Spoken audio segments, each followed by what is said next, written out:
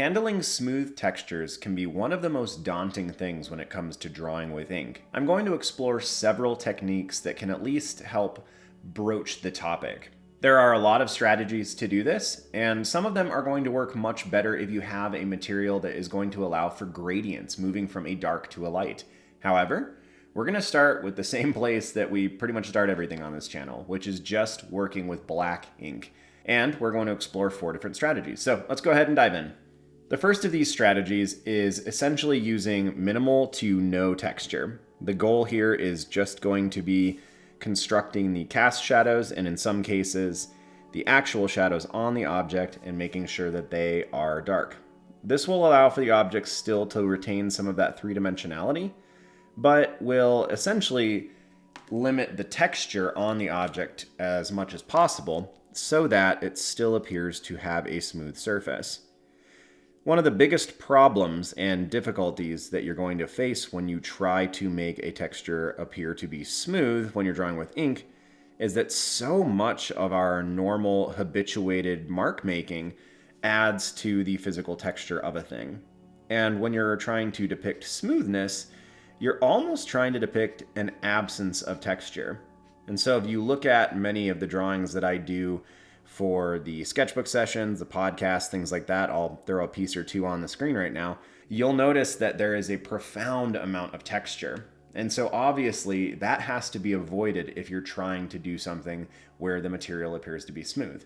So the first option is actually to do something like this, where basically you forego any texture on the object itself and just give yourself a shadow, something that implies still that there is a light source that is affecting this object. It exists in three-dimensional space. This is probably the simplest way to handle this. If we go with a round object, we're obviously going to have a slightly different manner of cast shadow, and I'll go ahead and represent that here, and we can see what that looks like. All in all, though, it's a pretty simple strategy. It's not going to fit in every scenario that you're working, but it will work often, especially if this is the only object in a drawing that has no texture. It will stick out like a sore thumb, and your mind should understand what is being depicted, that it is an object without texture. Now, there is another very quick addition that can be applied to this, which is you could have an actual shadow on the object as well. Right now, I've just done the cast shadow, the shadow that the object is throwing onto the surface below it, but it is not unreasonable to actually have a shadow on the object. Keeping in line with the rest of this strategy, though, we're going to try to make this totally smooth. It's going to be one tone, and I'm going to try to get it to just mirror the bottom shape of that object. And then we are going to continue and put a cast shadow on the bottom. You could obviously have these bleed into one another. I like to have that little rim light halo. That allows us to differentiate between the two objects when we're looking at it, but also it is a realistic phenomenon. Often, if you have a smooth object, it is going to be picking up reflected light from other objects and faces and planes that are near it. So this would actually be the first strategy. It is very simple, but it will often achieve what you're looking for. But let's move on to some more complicated and perhaps more difficult strategies to work with. In this next strategy, we are going to be using very small hatching lines. I've actually downsized to a smaller pen here. This is a 0.2 millimeter. And the idea here is to apply some texture, but to keep it minimal. We are going to go along edges where you could potentially have, even on a smooth surface, some amount of differentiation that is casting tiny, tiny little shadows. This is basically acknowledging the fact that this is a surface, this is inside of an ink drawing, everything else presumably is highly textured, and so this just helps it not stick out quite as much as the prior strategy might. It's going to do a lot more for us, though, on surfaces like this, where there's some rounding happening. And so I can come around on this surface here. Maybe this is a squash, like a butternut squash of some kind, but the idea is that there's a little bit of an overlap here. And so these tiny little lines are going to allow us to imply very subtle shadows without actually putting too much texture on the object itself.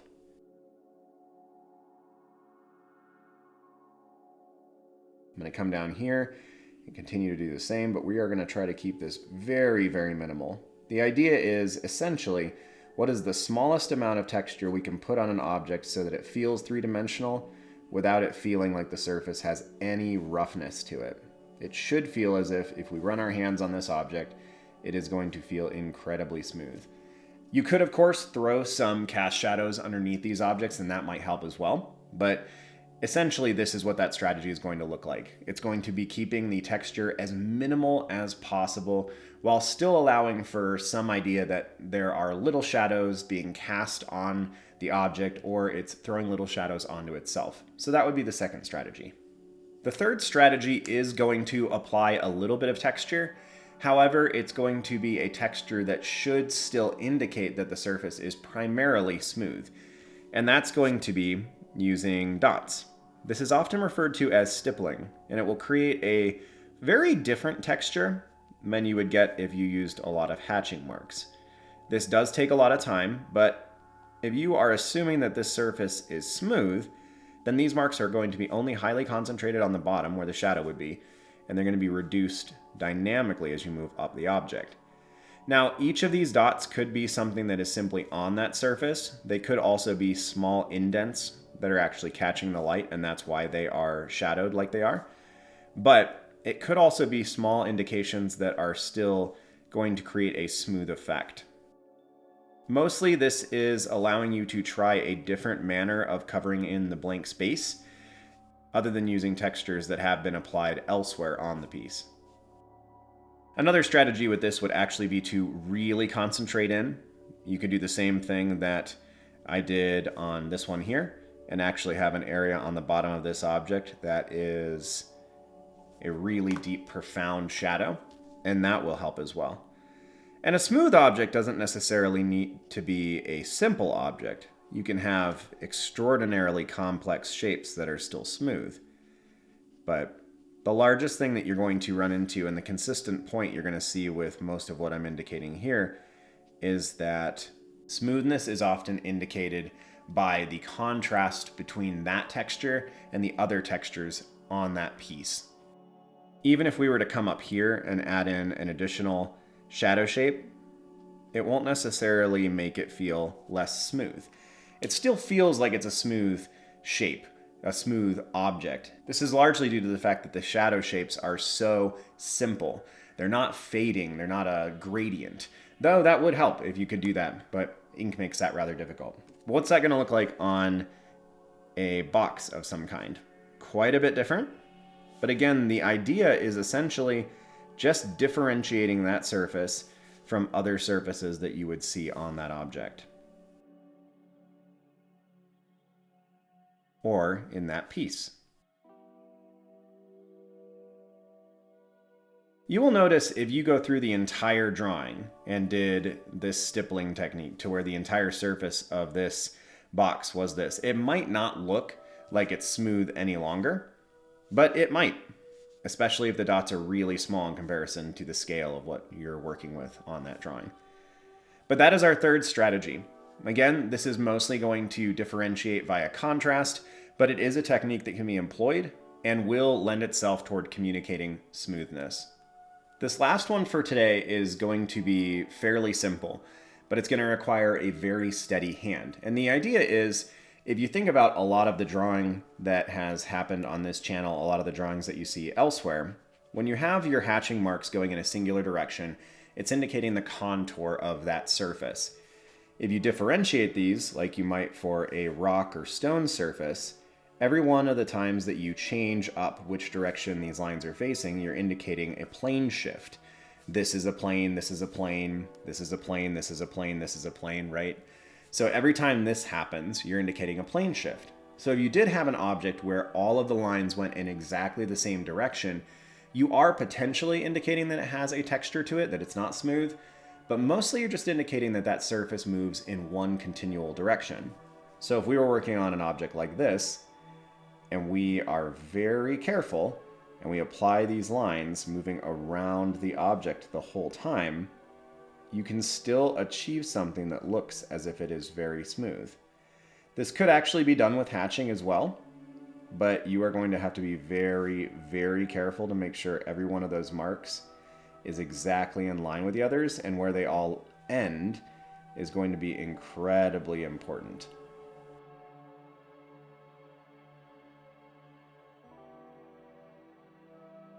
If this is not managed well, you can get artificial plane breaks. For example, if you were going like this, and then you come beneath it and you make another batch of those lines, come beneath it and make another batch of those lines, you can see that each time that happens, you are getting a potential implied plane break. So if you make long lines like this, you can often still achieve what you're looking for, but it is a little bit more difficult to do. Again, this is mostly going to be in contrast. If you have no area on your drawing that has these long lines that are uninterrupted, then that will imply a different texture and likely will imply a smoother texture. I'm going to come over here and try to do the same thing on this object. This does take some practice. I am not amazing at it, as I almost always use much smaller marks. And you will find that different angles are much better for your wrist. I find drawing these lines toward myself is quite easy, but if I try to make these lines horizontal, I find it incredibly difficult. So you can see as this is coming together, this does give at least some semblance of a smooth texture to that face. This might be just a face that's in shadow, perhaps the light is kind of coming from this angle, but that still makes it look relatively smooth. This strategy is going to be a really lovely one. I've seen some amazing artists on Instagram and other places where entire backgrounds, like a smooth blue sky, is just lines like this. It's very intimidating. That's a really difficult thing to do and to make it appear smooth because all of these lines have to be parallel. And, you know, here I've got done, this is probably about 3/4 of an inch. But if I was going to do the entirety of this page in lines like that, you can imagine how difficult it would be. If you were going to do something like that, I would highly recommend just getting a pencil, measuring out a couple of those lines, drawing some of them with a ruler to make sure that you have benchmarks for where those lines need to go. And you could always do that. Using a pencil to help you with anything like this is going to be a really beneficial skill. You could do that to mark out where the cast shadows could be for these things. I used it to indicate this shape, so I made sure I had soft indentations here. Don't fear using a pencil when you're working with ink, especially if you're working with this kind of ink drawing where you're attempting smooth textures, because you want things to be precise. All right, well, that is 4 different potential techniques for indicating smooth textures when it comes to working with ink. I will continue to expand on this because there are a lot of ways to do it. And I do think some of the easier techniques are going to be employing things like brush pens or watercolor, but it's always best to start simple, to start with just a single medium and see how we can handle it in that realm. Well, as always, thanks for being here. I hope this has been beneficial for you. Well, have a good one, y'all. See you soon.